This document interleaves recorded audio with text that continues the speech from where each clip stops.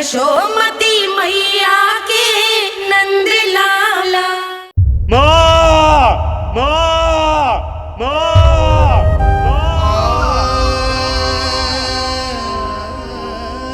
इस घटना से केवल नर और नारायण ही भावुक नहीं हो गए थे, बल्कि बैकुंठ में बैठे श्री हरि की आंखों में भी आंसू आ गए थे। ममता के लिए तरसने लगे थे वो। इसीलिए उनके इस अवतार का मुख्य उद्देश्य है मां की ममता का अनुभव करना। यही कारण है कि ये सत्य आपको रानी यशोदा से छुपाना ही होगा नंदराज। नहीं तो वो कृष्ण को मां की दृष्टि से नहीं, एक भक्त की दृष्टि से देखेंगी, और प्रभु जिस आनंद के लिए इतना कष्ट उठा रहे हैं उससे ही वंचित रह जाएंगे। बोलिए नंदराज, आप श्री नारायण के इस सत्य को गुप्त रखेंगे ना?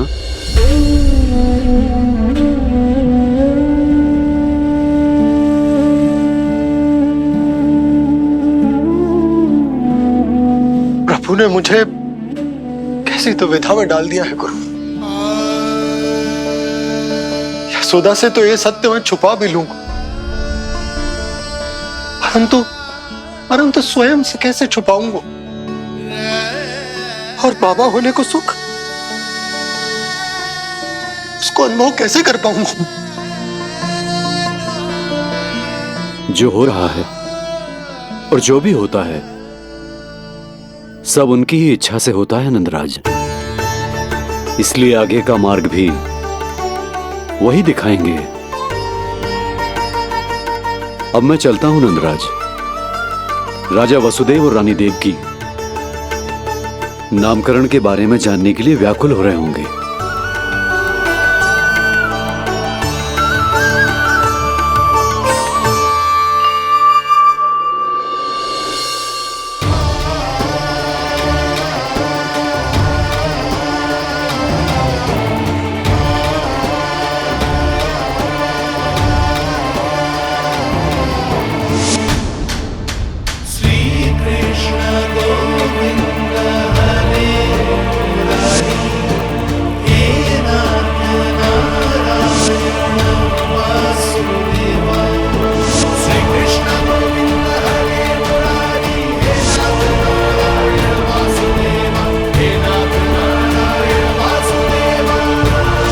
सत्य यह है नंदराज, कृष्ण राजा वासुदेव के पुत्र हैं।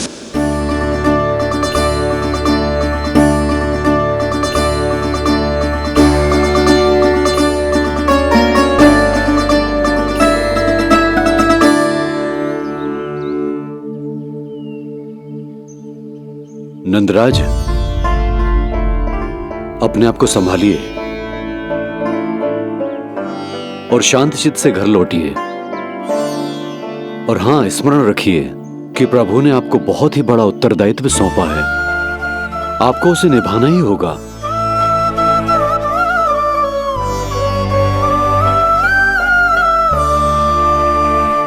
प्रभु आपको शक्ति दे।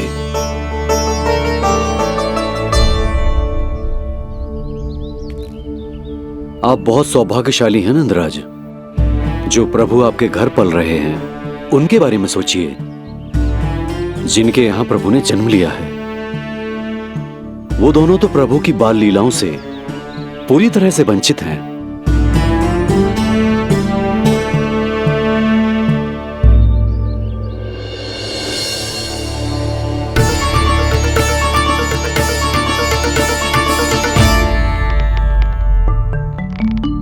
कहाँ रह गए तेरे बाबा लल्ला? जो आए क्यों ना अब तक?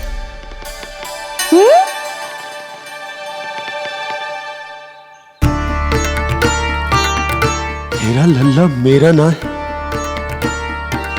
वो तो मेरे आराध्य नारायण का अवतार, और ये बात मुझे यशोदा से छुपानी।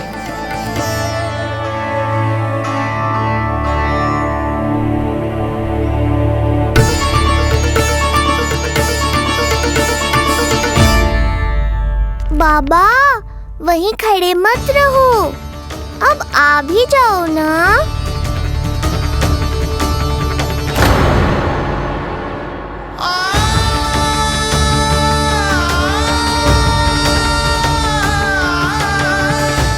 पग भी आगे बढ़ाने का साहस ना हो रो मेरा। हे प्रभु, आप ही बताओ, अपने आराध्य को, अपने इष्ट देव को अपने लल्ला के रूप में कैसे देख पाऊंगा मैं जानता हूँ बाबा, ये बहुत कठिन है, पर भीतर तो आओ।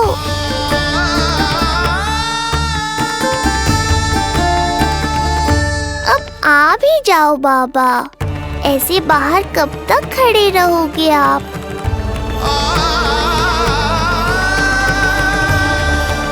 बस बाबा, बस आ जाओ भीतर, आ जाओ, आओ ना, आओ ना।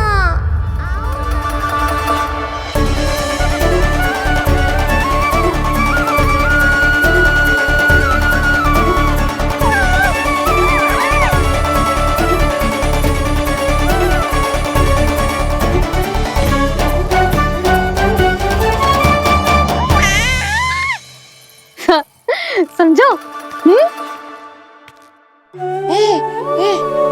जब तू इधर उधर भाग रहा होगो तो तुझे बुलाने के लिए मैं तुझे ऐसे पुकारूंगी, कृष्ण।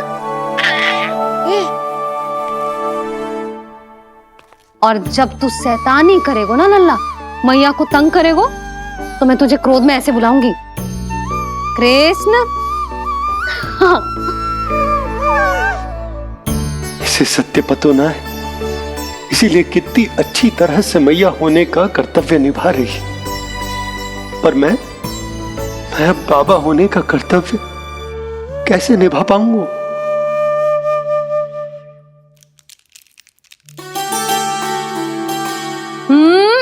सावधान। इतनी अच्छी लगी तुझे बाबा की दीजे माला, कि मुंह में ले लियो तूने? मुंह में लेने की वस्तु ना है लल्ला। जैसे यशोदा आपको एक मैया की तरह सीख दे रही, मैं आपको बाबा की तरह शिक्षा कैसे दे पाऊंगा प्रभु?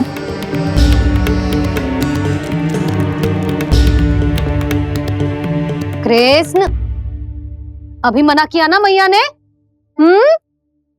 जे तो प्रभु को ही डांट रही है। सावधान, जो फिर से मुंह में लिया तो। यशोदा, तुम्हें पता भी है तुम किस पर क्रोधित हो रही? हाँ, अपने लल्ला पर। और किस पर? मेरे कहने का अर्थ ये है कि तुम्हें सच में पता भी है जे कौन है?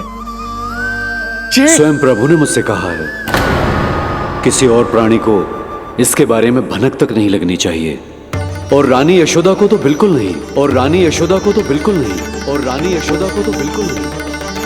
यही कहना चाहते हो ना आप कि मैं गोकुल के राजकुमार को डांट रही हूँ?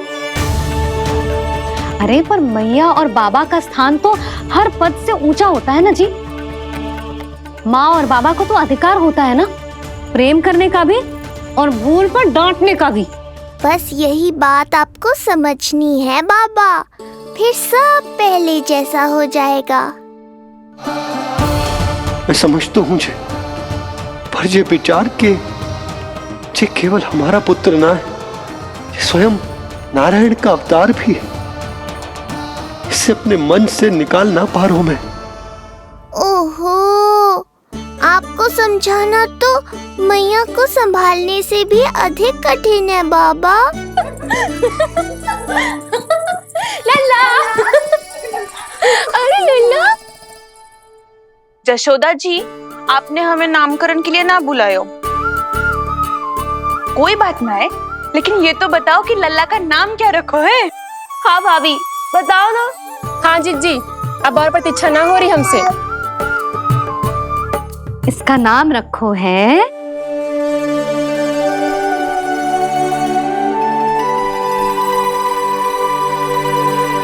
कृष्ण। कृष्ण? बहुत प्यारा नाम है, लेकिन थोड़ा कठिन है। मैं तो इसे किशन बुलाऊंगी।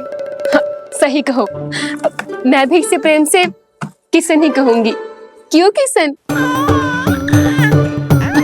मेरे लिए तो जे किसना है।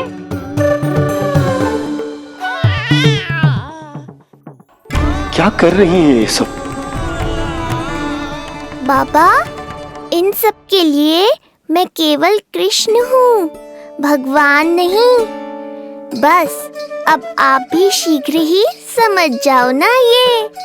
अरे तुम सब हाँ हाँ, बुरा मुझे भी लग रहा है, जो सारी की सारी पहले ही दिन मेरे लल्ला का नाम बिगाड़ रही है। किंतु इसमें भी इन सब का प्रेम ही छुपा है, और हम सब तो प्रेम से भगवान को भी प्यारा सा नाम दे देते हैं, है ना? हाँ। सत्य तो ये है कि कृष्ण नाम बहुत अच्छा है, किंतु मैं भी अपने लल्ला को प्रेम का नाम देना चाहती हूँ। कान्हा बुलाऊंगी इसे, कान्हा बुलाऊंगी इसे, कान्हा बुलाऊंगी इसे।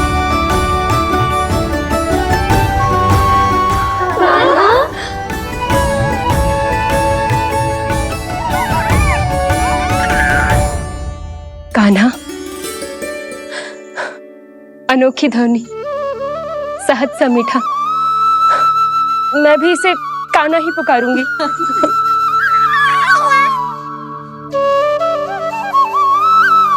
आप भी बुलाओ ना इसे। आप एक बार बुलाकर तो देखो, झट से पलट कर देखेगा आपको जी हमारा नटखट कान्हा। प्रभु, ये सब आपका सत्य ना जानती, पर मैं जानता हूं। अब इस मुख से आपका नाम केवल भक्ति भाव से ही निकल सकता है, वात्सल्य भाव से ना। जी के लल्ला का भी तो नामकरण हुआ था ना अपने लल्ला के साथ। हाँ भाभी, क्या नाम रखा गया है इसका? हाँ, बताओ ना। हाँ भाभी, बोलो ना। बताओ ना जीजी। ना, देखो, एक मैया से उसके लल्ला का नया नाम बताने का आनंद मैं ना छीन सकती। यदि तुम सबको कान्हा के दाऊ का नाम जानना है तो चलो सबके सब रोहिणी जीजी के पास। हाँ, सही कहो, सही कहो। मैं अभी आई। हाँ,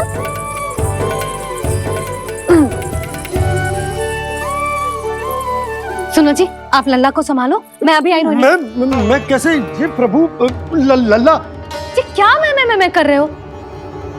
क्या हो गया आपको? मैं शीघ्र ही आ जाऊंगी। यशोदा, मुझसे दूर कब तक रहोगे बाबा?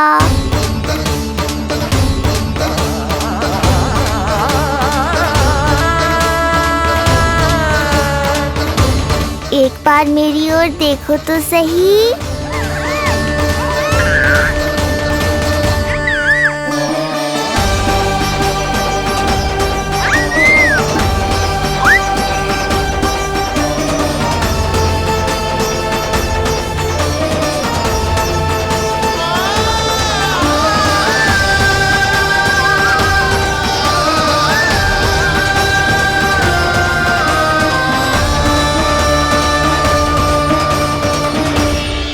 प्रभु, मुझे दुविधा में डालकर आप मुस्कुरा रहे हो।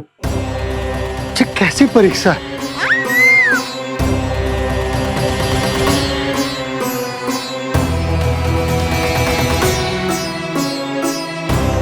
ये क्या कर रहे हैं आप? पिता का स्थान पुत्र के चरणों में नहीं होता, पुत्र के सिर के ऊपर होता है उनका हाथ, उनका वरदहस्त। प्रभु, आप चाहते हो कि मैं आपका सत्य यशोदा को ना बताऊं। यशोदा चाहती है कि मैं आपको लल्ला की तरह अपने गोद में उठाकर आपसे बातें करूं। मेरी आंखें चाहती हैं कि मैं आपको अपने इष्ट देव, अपने आराध्य के स्वरूप में देखूं। और मेरा हृदय चाहता है कि मैं आपको अपने पुत्र के स्वरूप में देखूं। अब आप ही बताओ प्रभु, अब मैं इस परिस्थिति में क्या करूं? मुझे कुछ समझ में ना आ रहा। आप ही का आसरा है प्रभु, आप ही को सहायता करनी होगी। आप ही बताइए कि किस प्रकार एक भक्त अपने भगवान को अपने लल्ला के स्वरूप में देखे, उसे अपने हाथों में उठाए, उसे खिलाए, उसके साथ बातें करे, कैसे वो उसका लालन पालन करे अपने पुत्र के स्वरूप में। प्रभु, मुझे कुछ समझ में ना आ रहा, सहायता करो प्रभु। चिंता मत कीजिए बाबा, आपके सभी प्रश्नों का उत्तर शीघ्र ही मिलेगा आपको।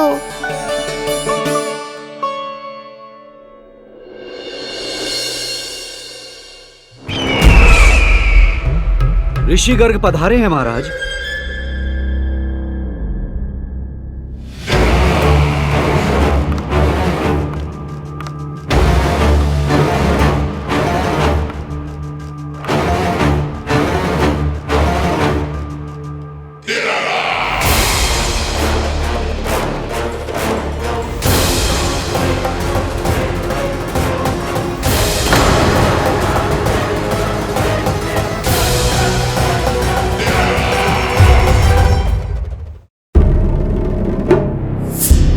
तो महान मथुराधीश कंस के दरबार में ऐसे सम्मान होता है ऋषि मुनियों का? नहीं नहीं ऋषिवर, ये तो केवल एक उदाहरण है कि कैसे एक विष्णु भक्त का सम्मान नहीं किया जाना चाहिए। तब तो अच्छा ही है। मैं यहां तुमसे सम्मान की अभिलाषा लेकर नहीं आया हूं। मैं यहां देवकी और वसुदेव से भेंट की इच्छा लेकर आया हूं। क्यों? मेरे विरुद्ध कोई षड्यंत्र रचना चाहते हो? जो सदैव दूसरों के विरुद्ध षड्यंत्र करता है, उसका संपूर्ण जीवन इसी भ्रम में बीतता है कि सारा संसार उसके लिए षड्यंत्र कर रहा है। परंतु अन्य व्यक्तियों के पास इससे भी अत्यधिक महत्वपूर्ण कार्य होते हैं करने के लिए। यह महत्वपूर्ण कार्य करने की आपकी यह इच्छा इस दरबार में पूर्ण नहीं होगी ऋषिवर।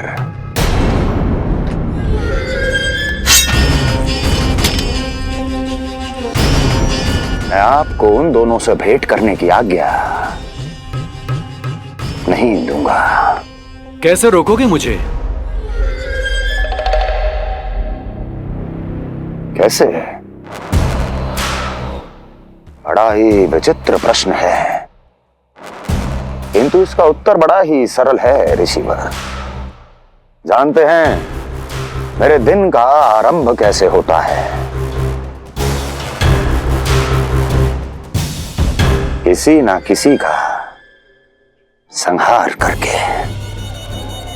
और यदि एक संहार और हो जाएगा तो मुझे क्या अंतर पड़ेगा? स्वयं से एक प्रश्न पूछो कंस। स्वयं से एक प्रश्न पूछो कंस। मेरा संहार करने के लिए, मेरा संहार जिस संकल्प शक्ति की आवश्यकता है, संकल्प शक्ति की आवश्यकता वो है तुम में, वो है तुम में। कर पाओगे मेरा संहार? जिस संकल्प शक्ति की आवश्यकता है, जिस संकल्प शक्ति की आवश्यकता वो है तुम में, वो है। कर पाओगे मेरा संहार? कर पाओगे मेरा संकल्प शक्ति की आवश्यकता है, संकल्प शक्ति की आवश्यकता। बोलो कंस, बोलो। यदि मैंने श्राप दे दिया, यदि मैंने श्राप दे दिया, कौन सा कवच तो तुम्हारा उसे सत्य होने से रोक पाएगा? उसे सत्य होने से रोक पाएगा? बोलो कंस, बोलो। यदि मैंने श्राप दे दिया, यदि मैंने श्राप दे दिया, कौन सा कवच तो तुम्हारा उसे सत्य होने से रोक पाएगा? उसे सत्य होने से रोक पाएगा? ऋषिवर, यदि आपके हृदय में स्वामी के विरुद्ध षड्यंत्र करने की इच्छा नहीं है, तो महाराज भी आपको किसी से भेंट करने से रोकना नहीं चाहेंगे, है ना महाराज?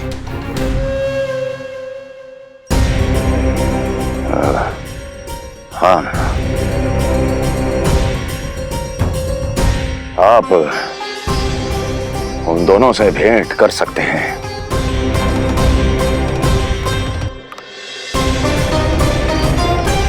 दुर्जन, इन सब पर दृष्टि रखो। अब सब कुछ सुनकर आना, सब कुछ, कुछ भी छूटना नहीं चाहिए। जाओ।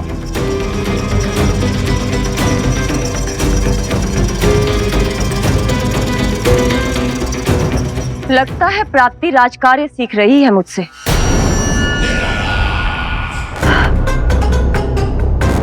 उचित समय पर सही सुझाव दिया तुमने प्राप्ति।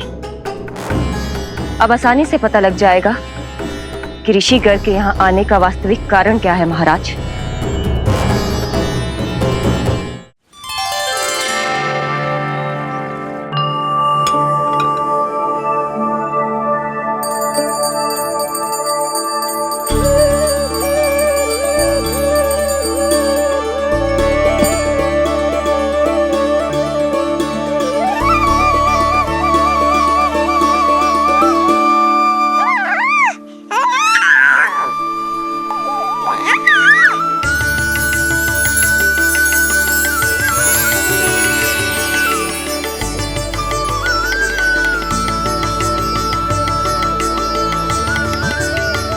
स्वयं नारायण मेरे घर में है तो ये फूल उनके चरणों में क्यों चढ़ा रहा हूं?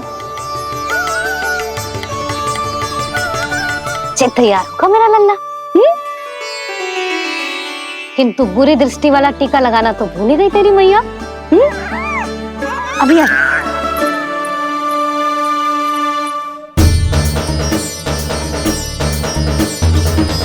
ओहो, नहीं नहीं बाबा, ये मत करो। मैया आ रही है, उन्हें पता चल जाएगा।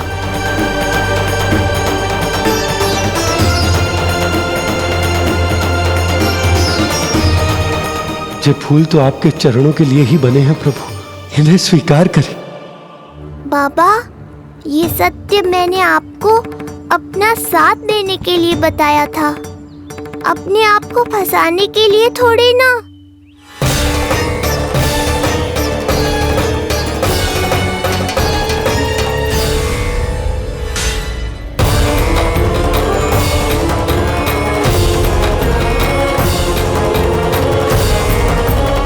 नारायण नारायण।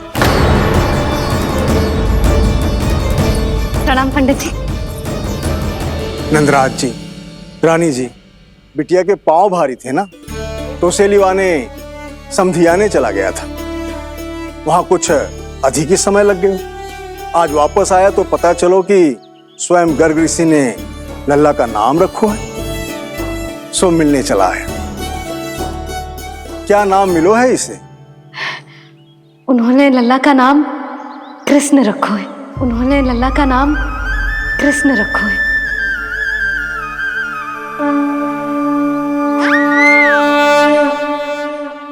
कृष्ण। आहा, उत्तम, अति उत्तम, बहुत मधुर नाम है। ऐसा लग तो है जैसे आप स्वयं श्री नारायण का नाम ले रहे हैं।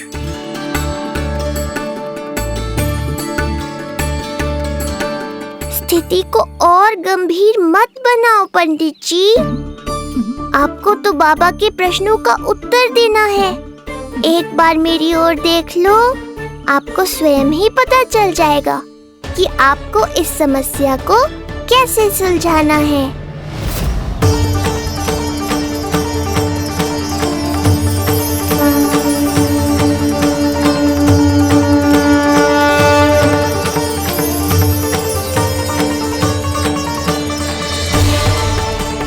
पंडित जी मेरे लल्ला को टकटकी बांध के देखे क्यों जा रहे हैं?